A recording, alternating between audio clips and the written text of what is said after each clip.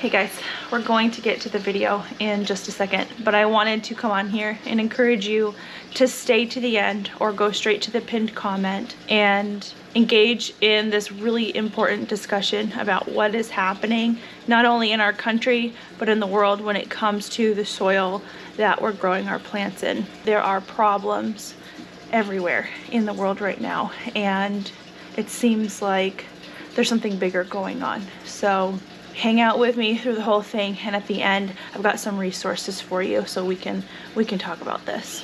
But my heart, it aches for people that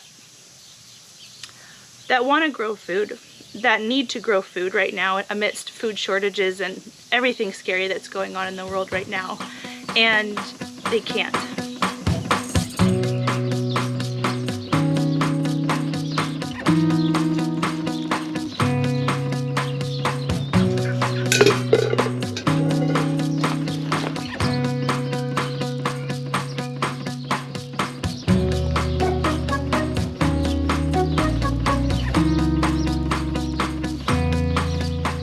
Good morning and happy Tuesday. I'm really glad that we've decided to do these garden tours weekly because so much happens every week. There's always something new to show you and something new to harvest. I planted bush beans last week where we took out all the brassicas. They're coming up nicely. And the pole beans have really been producing.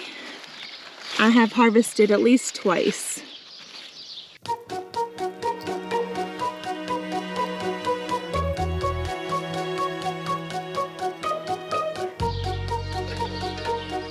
These beans over here were actually supposed to be a red variety of pole bean.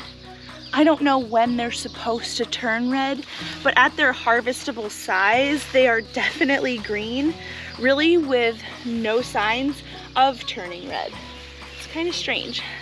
These are the Slippery Silks pole bean, so if you have experience with this, let me know what happens with these. So once I harvest probably 2 or 3 days worth of beans, I'm gonna sit down at the counter and take out the strings. And there's probably more than one way to skin a cat, AKA more than one way to string a bean. But pole beans very classically have a very tough, firm string on either side of the bean at the seam here. And I will take both ends, snap it down. See that? That one didn't come out as well as they usually do. Oh, here we go. See, and it's usually 2 little strings like that, and that's on both sides. See? These really, they don't cook down soft or anything, so you want to get these off. It's really not a bad task, especially when you're listening to a podcast or watching TV and getting the whole family involved. People can string beans quite quickly in a group. I will say though, that basically this whole bean, this is the Slippery Silks pole bean, the whole bean is pretty tough. I don't love this variety. I'm considering pulling it out.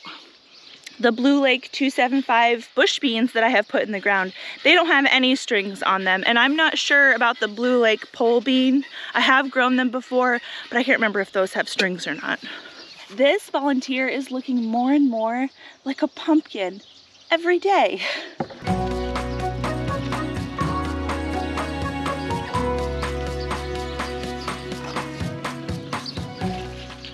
You might see a little bit of a powdery substance on here. I'm officially attached to this squash and I really don't want anything to happen to it.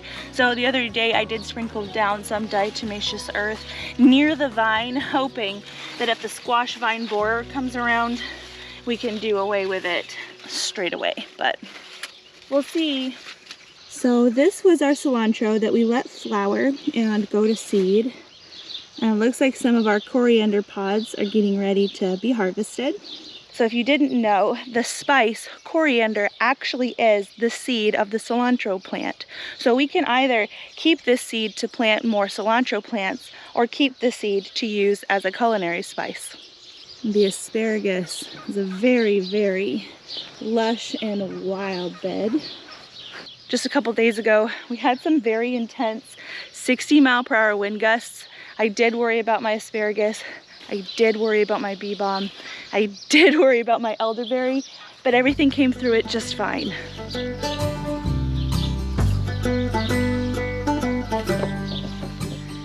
Here's my head for size reference on this. It's just stunning.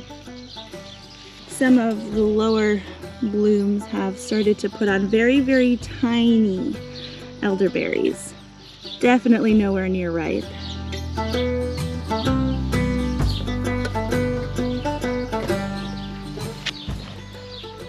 Cucumbers getting their true leaves.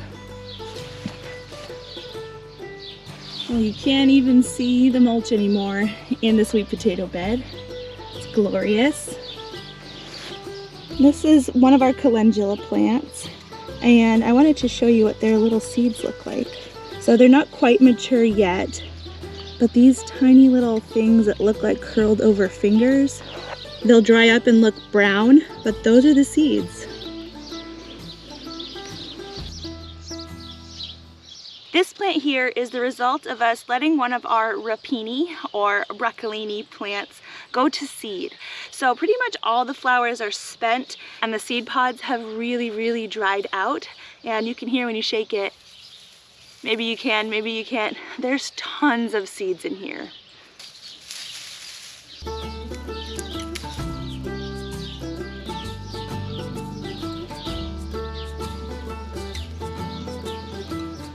I'll come out here with a bag a little bit later today, and what I'll do is I'll just pop off those seed pods and stick them in the bag just as is. They can be stored in their seed pods until you need to use them. We have harvested a few of these Brad's Atomic Grape tomatoes. I don't think any are ready this morning. Addie, do you have any Brad's Atomic Grape ready? Yeah. Your watermelon is humongous. That's the one that I said got big, and this is the big tomato. It's big. It's the biggest tomato that I have. The melons in this garden are starting to do really well. Flower right there.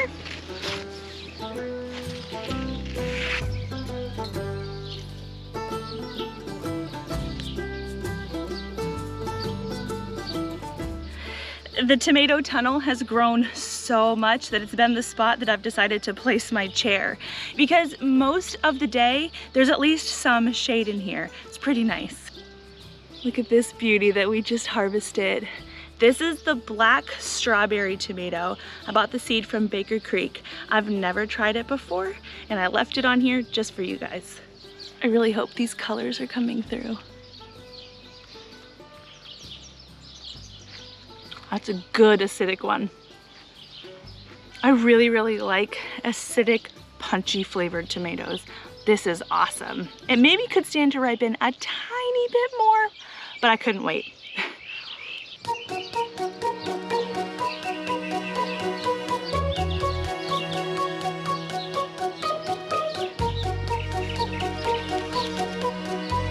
Look at this big boy. Isn't that amazing? So it's quite common for the cherry or plum tomato types to ripen before your slicer or sauce style tomatoes. So our Belgian giants, they're getting big, they're not ripe yet, but I have a surprise for you in the greenhouse. Again. I'll see if it picks up on camera, but can you see the difference in color between the grass in the chicken run versus the grass that really hasn't had much chicken action on it, if you know what I mean? The difference is striking. Look.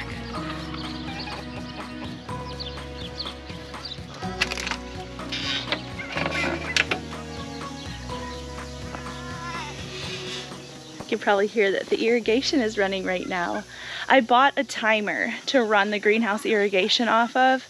That has been a very, very, very worthy investment.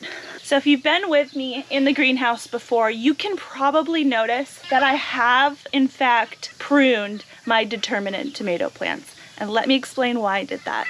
Determinate varieties of tomatoes only make a determined amount of fruit.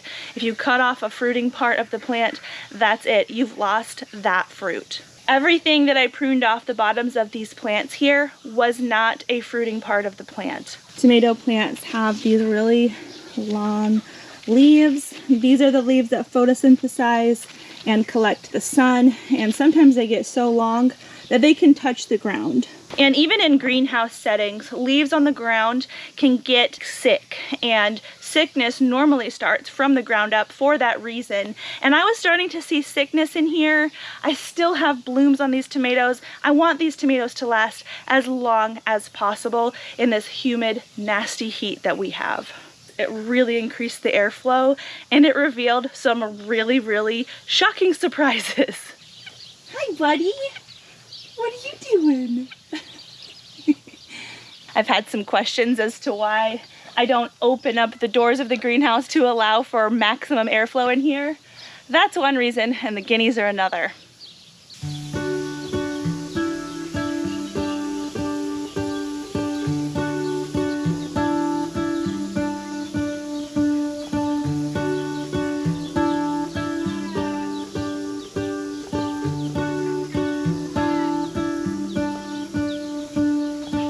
So first it was 1, and then it was 2, and now there are quite a few tomatoes turning red in here, and I have 1 that is ripe. Try not to crack it. Is she gorgeous? So honestly, it could sit on the counter a couple more days and get even more red, but I wanted to pick this on camera with you today. Isn't that just the most perfect looking tomato? I never expected to get ripe, large tomatoes at the same time that my cherries and plum varieties were just starting to come on. These are a hybrid variety of tomato that I have growing in the greenhouse. They're called Heat Master. They are bred and designed to handle very high heats. They are a greenhouse type tomato, and they seem to be thriving in this environment.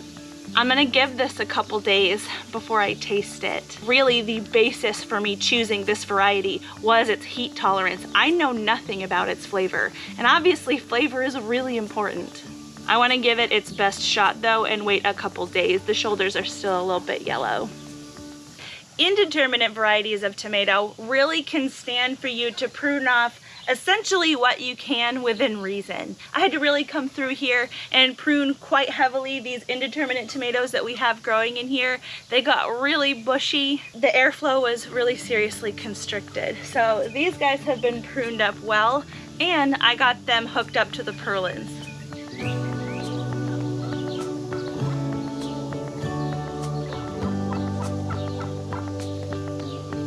So these tomatoes, with my help with either tomato clips or this tomato tie twine, will be able to climb up this tomato twine here as high as possible. Some of them are getting quite tall. They're probably going to want more height than this, but this is what I got. Funny, I've grown this type of tomato before, but it's never come out looking like this. This is the Mr. Stripey heirloom tomato. And it's growing in a way that I haven't seen it grow before. You can really tell by this huge truss of blossoms here. Cherry tomatoes often will make huge trusses with lots of flowers like this. It's not common on heirloom slicer types like the Mr. Stripey. And they're usually much, much bigger when they mature. They're about the size of these tomatoes that I'm growing in here, my determinate varieties, but these guys are ripening at about a plum size, and they're acting kind of like a plum or a cherry tomato. So I'm guessing that somewhere there was some cross-pollination, and we have a hybrid variety of a Mr. Stripey in here.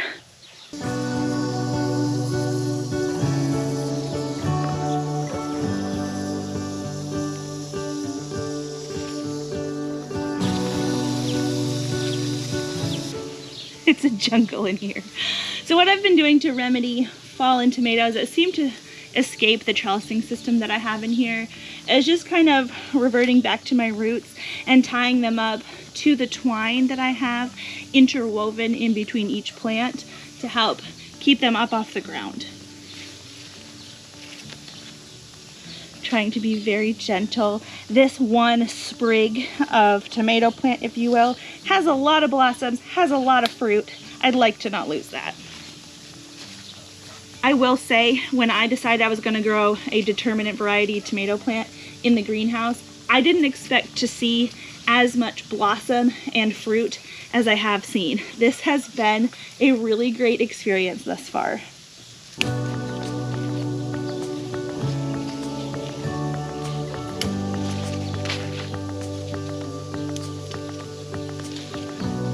So yesterday I had my scissors with me, so I wasn't just barbarically yanking off the sun leaves. But that's essentially what I did yesterday. Kept everything up off the ground and got rid of some of the lower leaves. I don't know that I came through this side of the plants yesterday. Oops. There we go. All better. Let's see if I can get out of here. Oh, this is a good view. Look at that. Some jalapenos are getting really big. I think there's some behind me. There are. So as excited as I was to harvest this tomato today, it is a little bit bittersweet. I actually just learned yesterday that many gardeners around the country are struggling really hard with receiving some poor quality bulk soil. It seems that the plants, mainly nightshades and some beans, grown in that soil basically just grow in a very unhealthy, curled up, twisted fashion and basically aren't usable. They won't grow food. Thankfully we don't seem to be having that issue here, but I think I feel a little bit like I did when we had that tornado experience here that narrowly missed our house. I'm grateful that we're not having the issues here, but my heart, it aches for people that want to grow food, that need to grow food right now amidst food shortages and everything scary that's going on in the world right now, and they can't. It seems like the soil has been tested and people can't figure out what's wrong with it. So it's not that they can really pinpoint what's going on, and that's even scarier. I learned about this through Jess at Roots and Refuge Farm, and I fully expected to be joyously harvesting tomatoes alongside her this season, and right now I'm not. Her tomatoes are not doing well. She's taught me so much about what to do in the garden, how to grow a garden, how to get harvests and plants that look like this, and I feel terrible that she and so many others are going through this. So if you are struggling right now in your garden, realize that it's probably not your fault. It could be the soil. If you want more information on that subject and what's going on, I'm gonna link Jess's video from yesterday right up here.